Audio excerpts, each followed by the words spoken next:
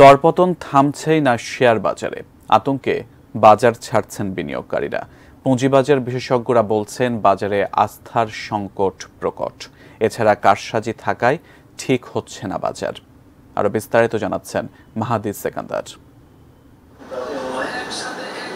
দরপতনের ধারাবাহিকতায় শেয়ার বাজার। এবছর ফেব্রুয়ারির প্রথম দিন থেকে আজ পর্যন্ত শেয়ার বাজারে মোট লেনদেন হয়েছে 52 দিন।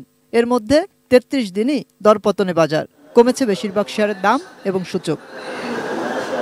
এমন বাস্তবতায় সর্বস্ব হারানোর দুশ্চিন্তায় বিনিয়োগকারীরা তাদের নিজস্ব সব বিনিয়োগ অ্যাকাউন্ট আস্তে আস্তে বন্ধ করে ফেলতেছে। এই অবস্থায় সাধারণ বিনিয়োগকারীরা দিশেহারা এবং সবাই তার সর্বস্ব শেষ করে এখানে আসছে। আগের থেকে আমরা বলে আসতেছি, তারপরে এটার কোনো ফলাফল আমরা পাচ্ছি না। এদিকে পুঁজিবাজার বিশেষজ্ঞরা বলছেন বাজারে সুশাসনের অভাবের পাশাপাশি শুরু হয়েছে খারাপ কোম্পানির শেয়ারের মূল্য বৃদ্ধি।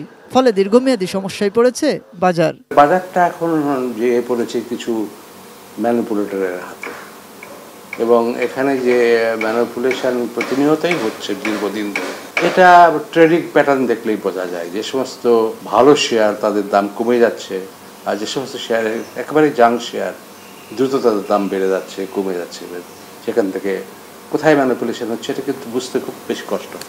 তবে আশার কথা শোনালেন বাংলাদেশ সিকিউরিটিজ অ্যান্ড এক্সচেঞ্জ কমিশনের মুখপাত্র মোহাম্মদ রেজাউল করিম। তিনি জানান বাজারে তারল্য সংকট কাটাতে দ্রুতই বাড়বে বিনিয়োগ। এছাড়া সুশাসন ফেরাতে কাজ করছে কমিশন। যে কোনো ধরনের অনিয়ম প্রিমা ফেসি এভিডেন্স প্রথমে আইডেন্টিফাই করতে হয়, এরপরে তার বেসিস ইনভেস্টিগেশন করতে হয়।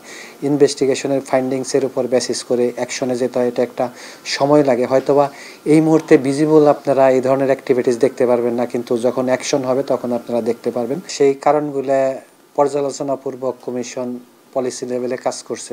এছাড়া শেয়ার বাজার নিজস্ব শক্তিতেই ঘুরে দাঁড়াবে বলে দাবিও তার।